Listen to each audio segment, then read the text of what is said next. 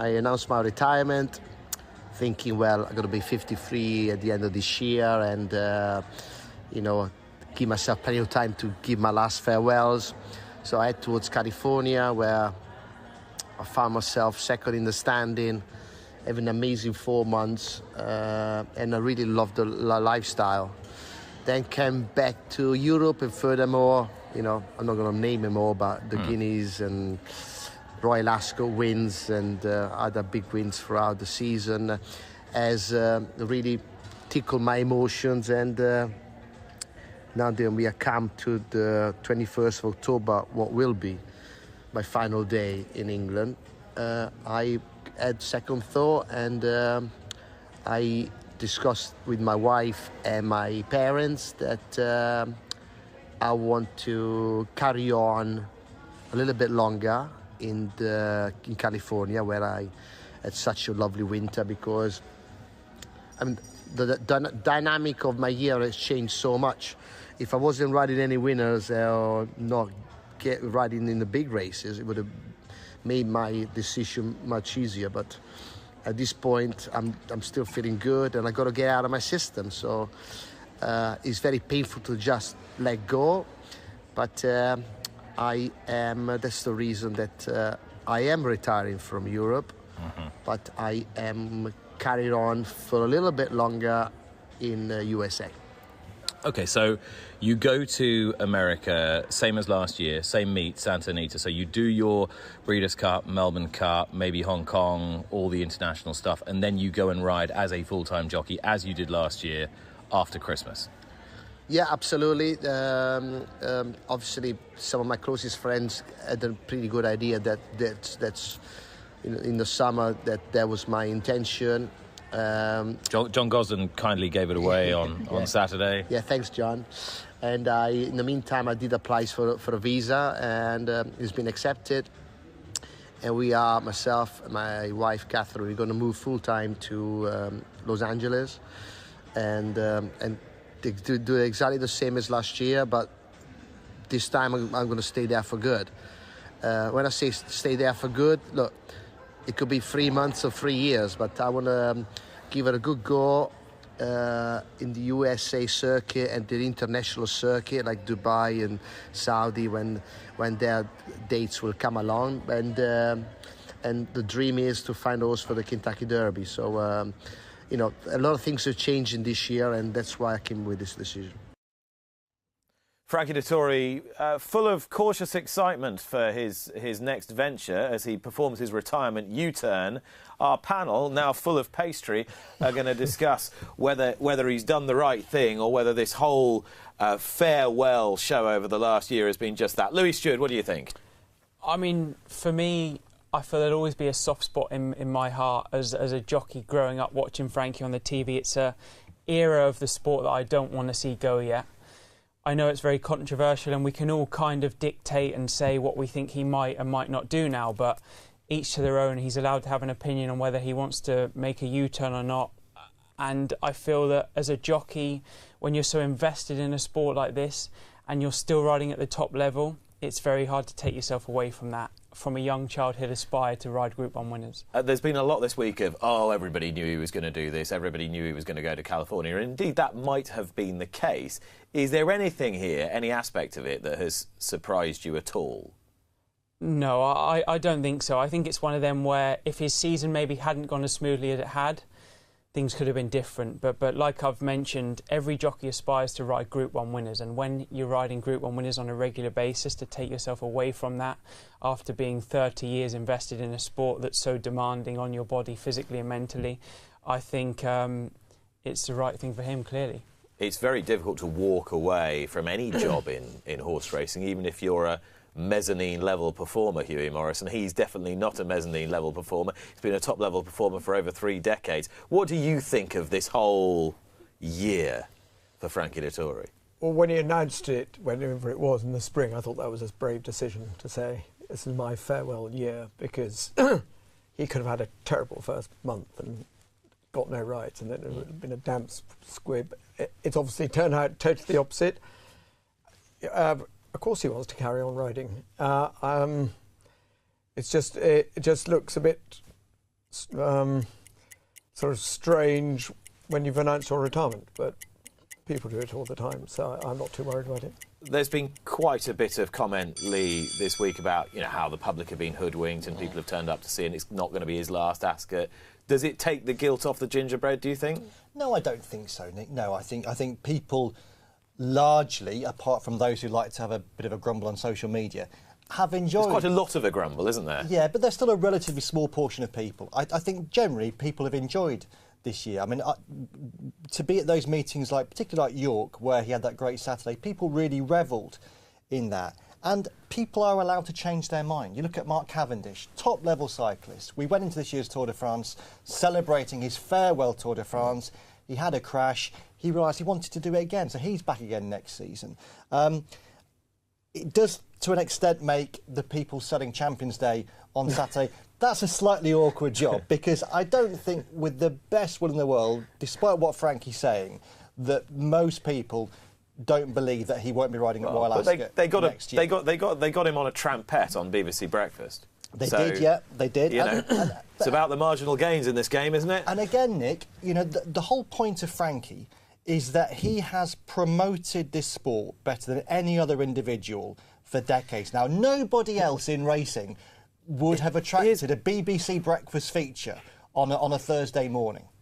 Here's something I'm going to suggest to you, Louis, is that in other sports, and particularly in rugby union and rugby league cricket, players have benefit years or testimonial years where it's established right from the outset this is their chance, effectively, to kickstart their pension fund, really.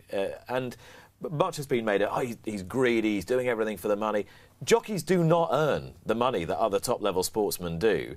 If you've been an ambassador for the sport or riding at the top level for this long, couldn't you just say, without saying you're retiring, this is my benefit year, this is my testimonial year? Would the racing public buy that, or would there just be accusations of greed? I mean, there's always accusations of greed in this situation, because we look at the prize money in the Racing Post and you think, oh my God, like £1 million up for grabs and the winning jockey's going to get the whole pot. It doesn't work like that. Obviously, breaking it down, there's percentages what we do and don't get. And unless you have a kind of security behind you in an owner or trainer will pay you a wage to ride these horses, then you are very much out there on your own and you have to fend for yourself. So I think what Frankie's doing is only normal. I think people forget that when these jockeys go abroad to Saudi and Qatar and Dubai, they get appearance fees and they get paid for going there. So I don't think it's something to turn your nose up and say he's being a certain way, because I don't think he is. I just think he's getting what he deserves. He is the Galactica of our sport, and I think it's fair. Well, it's good for racing. Frankie's carrying on. Yeah. He's a great draw. Yeah. So if he's back at Ascot and that puts another 1,000 people on the crowd, fantastic. It's certainly good we enjoy for Santa Anita, that's for sure. Yeah, absolutely. Yeah, no, totally. And, for people watching American racing over here, they will have an added interest now, won't they, over 2024. And I hope he makes a success of it, because we have seen this year that he's still riding as well as ever. Some of his rides this season, Mosterdaf at York International, were sublime. He's not riding like a guy whose talents are diminishing. And therefore, if he feels that he can get another 2 or 3 years out of his career by riding somewhere where maybe the physical demands, the travel demands are less, and if we then get to see him now and again at Royal Ascot, in a Derby, in an Arc, fantastic. All right, let's move on. I can hear your sighs of relief at home. Hollie Doyle, good week or bad week for Hollie Doyle? It was a good week because she's going to become the first European-based female rider to get a ride in the Melbourne Cup, and a pretty good ride as well. A bad week because she has picked up a suspension. Now, she's unlikely to have to serve that because she's unlikely to reoffend, you would have thought. But, Louis, this is quite a complex issue. She tested positive for a painkiller. She didn't realise had a codeine derivative in it, which is not allowed, because basically she couldn't read the instructions in Japanese, it seems. Well, I can't talk Japanese either, so I wouldn't have been able to help her in that situation. But that's the basic facts. Yeah, it's... when she had her elbow injury. Yeah, it's tricky, isn't it, what you, I guess, think you can and can't take with the rules getting stricter and, I guess, more regular testing. You have to be very wary on where you go with what tablets you take.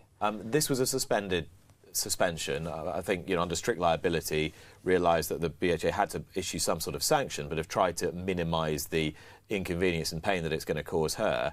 Harry Burns, the young jockey we had on the show a few weeks ago with Crohn's disease, he wasn't quite so fortunate.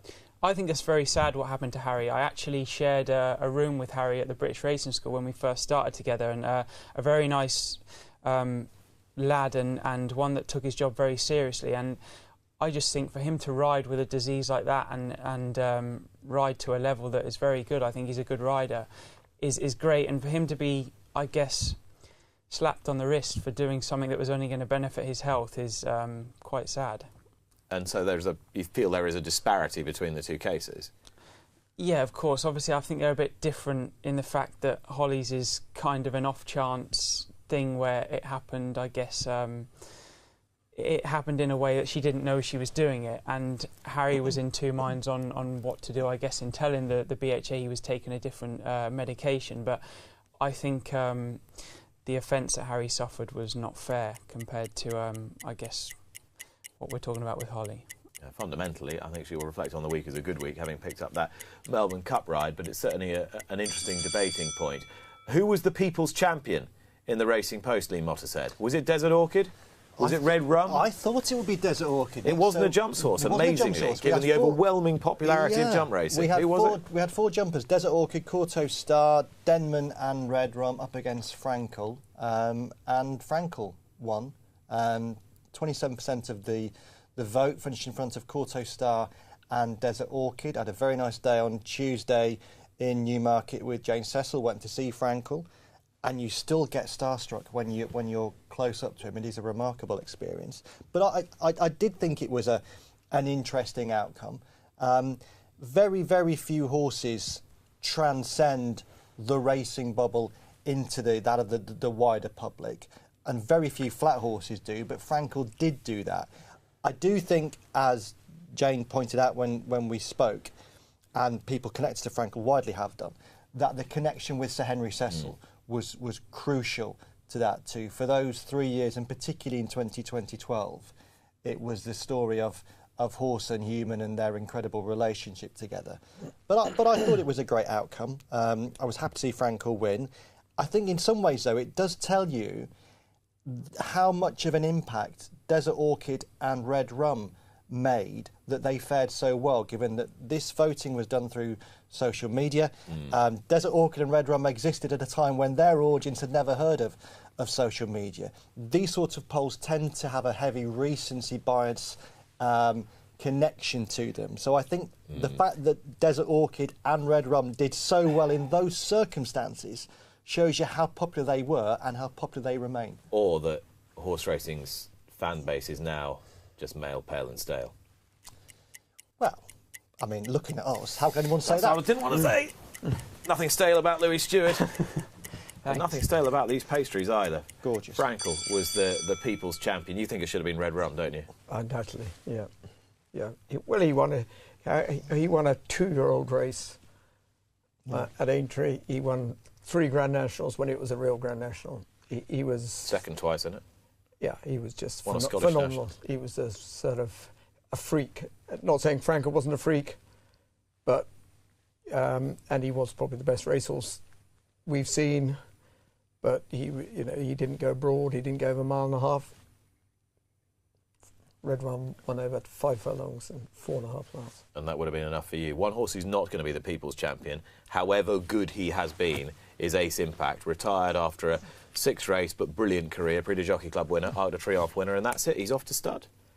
He flashed across the skyline like a wonderful sparkling comet, and now that's it. Should we feel shortchanged? I think we're always going to feel shortchanged when we have a really good horse. I had lucky enough to see him at Longchamp. He was quite on his toes. Somebody commented, "Oh, he's not on his toes as much as he can be." He looked to me a very nice individual. It's just a shame when anything retires. We want competition, don't we? And when competition's taken away, we've talked about this decades now. But it would have been nice to see him come over and win the King George. Okay, you understand the commercial realities of it. Yeah. Would you have retired him, or would you have gone, no, I reckon I've got potentially a Japan Cup, potentially some of the really big European prizes next year, burnish his reputation even further? I think the cash to take at the start was greater than the possible cash. Comes down to money, really, doesn't it? Would you have taken the cash? I think as a trainer, I would have carried on training him, wouldn't I? Louis, have they made the right call? I'd have took the cash, definitely. I think the way racehorses are now in this era, it's kind of all led to what they can do at stud, and to be unbeaten, there's a very high risk now going forward on what he achieves, and when he steps foot on a racetrack, you know, if he doesn't win, that could tarnish a lot for his stud career. So I think it was the right decision to be made, and who wouldn't want to be a millionaire from it? Lee, when Louis puts it like that...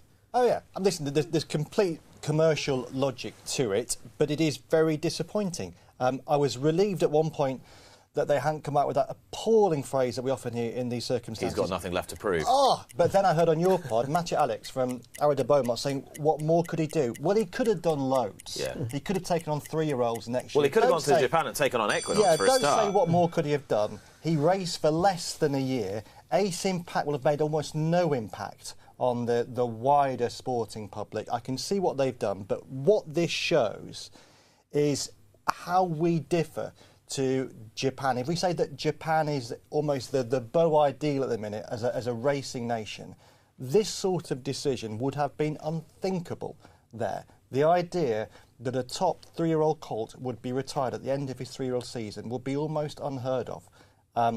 They have a better model than we do in that regard. OK, let's talk about the £250 million hit to the industry. This is the latest figure that has been produced in response to the affordability checks and the gambling commissions acting on the legislation that we believe is going to come forward. Lee, what's the latest? So Martin Cruddas, the chief exec of the Arena Racing Company, who obviously you know, major racecourse owner in Britain, has sent a letter to the Culture Secretary, Lucy Fraser, with the support of a number of major racing organisations in the country, including the NTF and the PGA, in which he has laid out numbers that he believes, racing believes, affordability checks are going to cost the sport going forward. He speaks about £250 million over 5 years. And to put that into context, Nick, we're going to be hearing from Richard Wayman soon to talk about the fixture list and the changes to the fixture list through premierisation that are coming in. The projections from those changes are that they could make a £90 million difference over 5 years. Is it 5 or 3 years? Was it 3? I thought it was 5, maybe 3. But 90 million quid, this is 250 million quid through affordability checks. Yeah. So the financial difference here is enormous.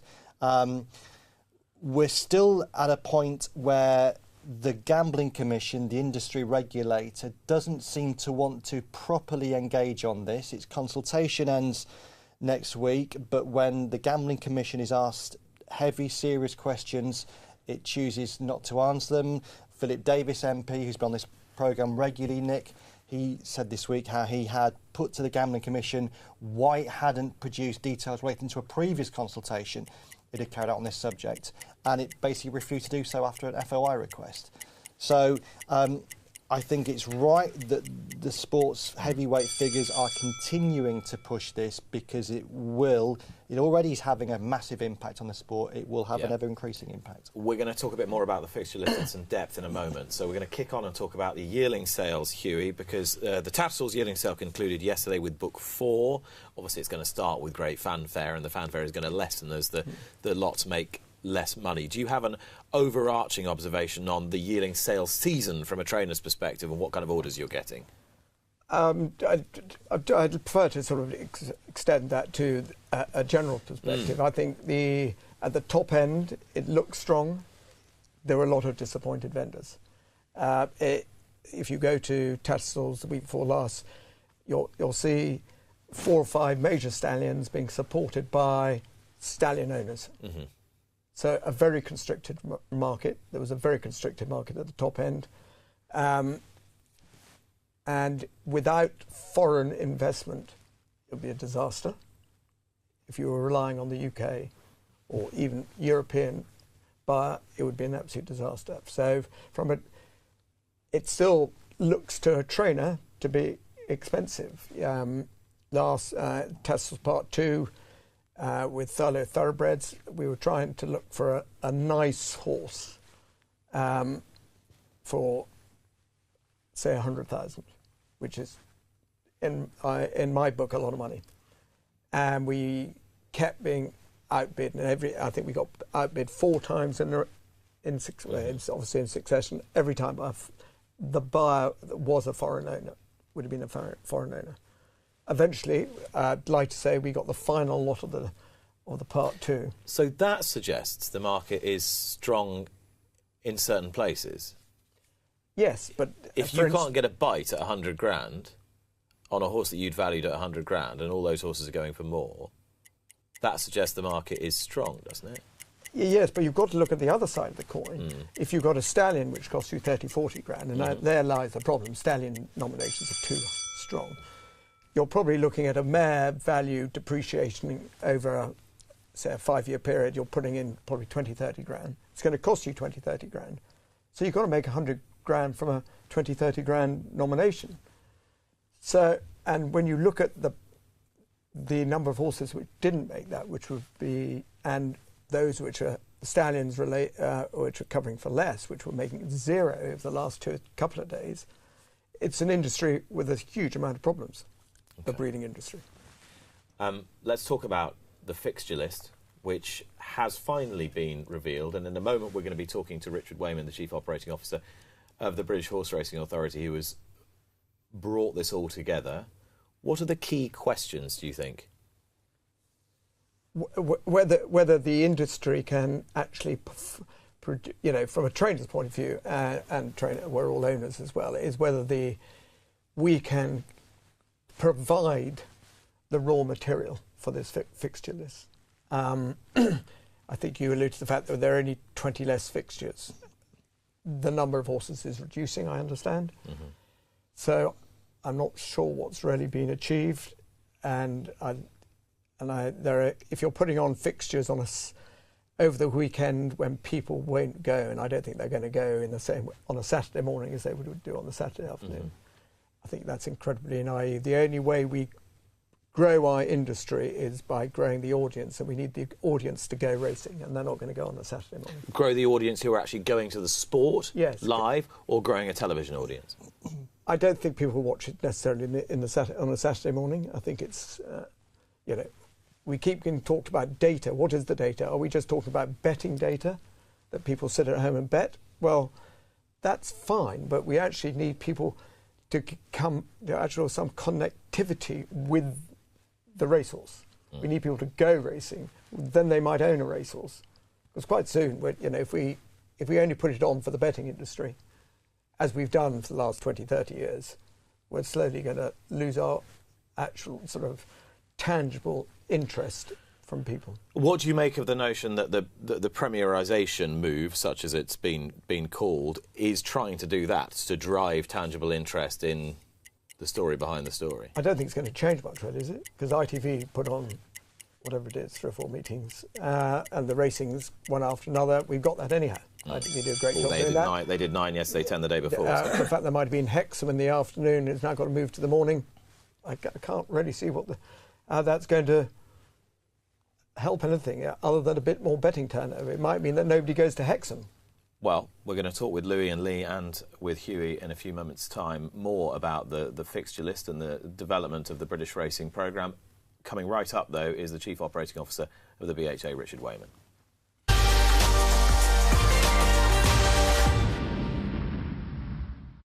Subscribe to Racing TV's YouTube channel now to watch more great races like this.